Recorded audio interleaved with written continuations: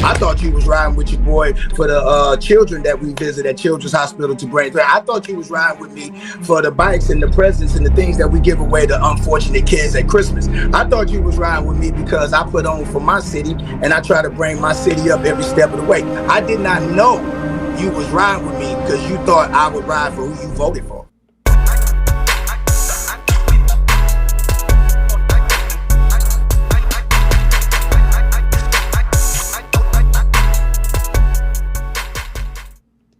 What up, YouTube, and welcome back to the channel.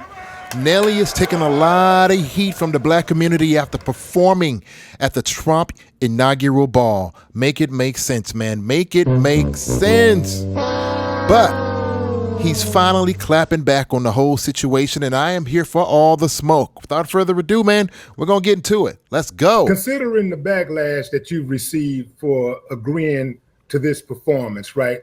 But I've been getting backlash. I've been getting backlash my whole career. But this particular backlash is different. Right. How do you reconcile your artistic choices with the diverse political beliefs of your fan base? That's my fan base. If my fan base really have a political belief, right? Here's the thing. Like, I agree in family first. I believe in family first. Period. Family before politics, family above and beyond. Like, right? Like, so now we don't always seem like we're making those choices sometimes when we're, when we grow up the way that we grow up. Sometimes when we in the hoods and we're doing certain things, it's like, no, you're not putting your family first when you out there hustling, or you're not really putting your family first. Like, we can rationalize that and say that we are. We can rationalize that and say that we are, but really we're not, because we're taking certain choices. But in our hearts, we truly believe that. So in this type of situation, if my fans, if politics is above and beyond anything other than what that person stands for, what that person has done, then I apologize that I, quote unquote, let you down, because I thought you was riding with me for the scholarships that I've been giving away since I've been in this business. I thought you was riding with me for the people that I got signed up on the bone marrow stem cell registry that was all record breaking and helping people save lives. I thought you was riding with your boy for the children that we visit at Children's Hospital to Brain. I thought you was riding with me for the bikes and the presents and the things that we give away to unfortunate kids at Christmas. I thought you was riding with me because I put on for my city and I try to bring my city up every step of the way. I did not know you was riding with me because you thought I would ride for who you voted for. You joined the ranks of Frank Sinatra, Beyonce, and others who have performed at presidential balls. I guess, tell me about some of the backlash that you're facing for that. You've kind of brushed it off. There are some haters out there, but you brush it off. Yeah, I mean, I've been catching haters my whole career. You know what I mean? Like, I always try to think forward, and I also try to trust in myself in a sense of when I truly believe that I'm doing what's right, and I truly believe that I have a plan to help get things done. You know what I mean? And from that instinct, even in the beginning, like, I've been getting backlash since 2004 when I decided I wanted to do a song with Tim McGraw. You know what I mean? When I decided in 2004, when it was kind of unheard of. Now you look at some of the artists that's come along as Shabuzi. If you look at what the Queen, Beyonce, has been able to do with Cowboy Carter. You know, I did it in 2004 when people had a lot of words to say about it. And you would say that I was catching backlash then. But it was forward thinking, because I always try to stay positive and think that what I'm doing is in the best interest of uniting. You know what? You know what's going to be honest with you? He's throwing out real strong facts here. Am I right, guys, or what? But this is the problem with the black community right here. You can never do enough to save the black community. Am I right, guys, or what? This is how it works. This is how it works. Let's get back into it. Let's go. Nelly's preaching straight facts. I didn't know that. I apologize. I apologize. I didn't know that I had to agree with your political choices, and I thought it was the things that you do not the things that you say should be done. If you follow what I do, this shouldn't even be an argument. He's the president. He won. This isn't a campaign. This isn't an RNC. I'm not out on the political campaign. I didn't get none of that 1.5. You see what I'm saying? Like to try to help somebody get voted. Kamala didn't invite you to perform? No. She didn't invite me. She didn't invite me either, man. I was going to do all at home. Like, so, but I don't knock the ones that did. I don't knock the brothers and sisters that benefited from it. I don't knock the correspondents that may have gotten money to do that. I'm not doing this for money. I'm doing this because it's an honor. I respect the office. It don't matter who is in office. The same way that our men and women, our brothers and sisters who protect this country have to go to war and have to put their life on the line for whoever in office. So if they can put their life on the line for whoever in office, I can damn sure perform for whoever. Now, this is what happens when you put feelings before logic.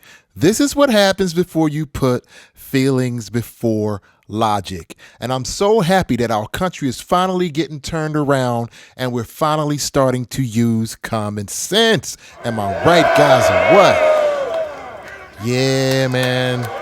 I'm here for it. Let's go.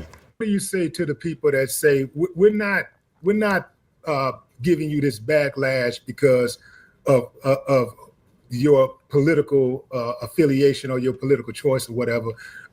We're giving you this backlash because you are propping up a white supremacist. I would ask them to show me where he's a white supremacist, and here's the thing. Okay, I get it. He did say if you don't vote for me, you're not black, right? Oh no, that wasn't him. Hold on, I'm trying to think. Hold on. He did create. I know where you're going. He did create the crime bill in the 90s, which said that if you get caught with 5 grams of crack, you do a mandatory 5 years. That had mass incarceration. I think even the Vice President Kamala spoke on that part that said that the crime bill played a huge part. He didn't do that. Let me see. What did he do? I'm trying to think. The white supremacist. Hold on. I'm gonna get to it. Okay. He did not rent to black people. What was it, in the 70s or the 80s? Is that what they said? And like, okay, is he written to him now? So nobody's allowed to change, right? See, here's the thing. So we can talk about past, but we never want to talk about our past. If our past get brought up in our community for a lot of what our men did, we always call it rehabilitate. Yo, these young brothers, we've been through a lot. I know I've been through a lot. If my past was what was going to prevent me from winning today, I wouldn't be here. You know what I'm saying? Now, I'm not saying that he ain't got some fucked up ways. That's not what I'm saying at all. That's why I'm not telling you who to vote for. But what I'm saying is that he's the president of the United States. He's not the candidate for the United States. He's the president. He won.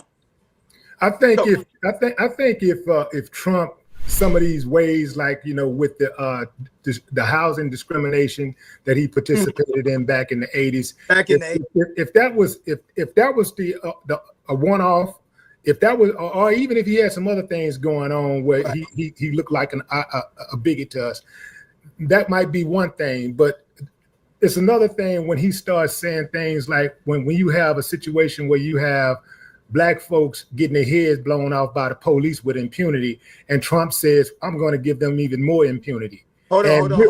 We're going to be the ones affected the most by something like impunity. He's not giving them. He didn't say he was going to give them impunity. He said he was going to give them immunity. Right. Not for working outside of your job. Nobody's going to give anybody immunity to go around and shoot and kill people. Right? That means he could go around and shoot and kill the president. But that's what he said he was going to do. That means police can go around and shoot and kill the president. No. If you look at that law, it says outside of the scope of their job. It's the same thing, and a lot of us would agree right now that the police already have it, right?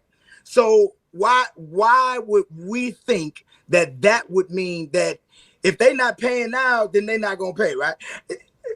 Listen. Man, don't hit me with the bird, man, dog. Don't hit me with the bird. Yeah.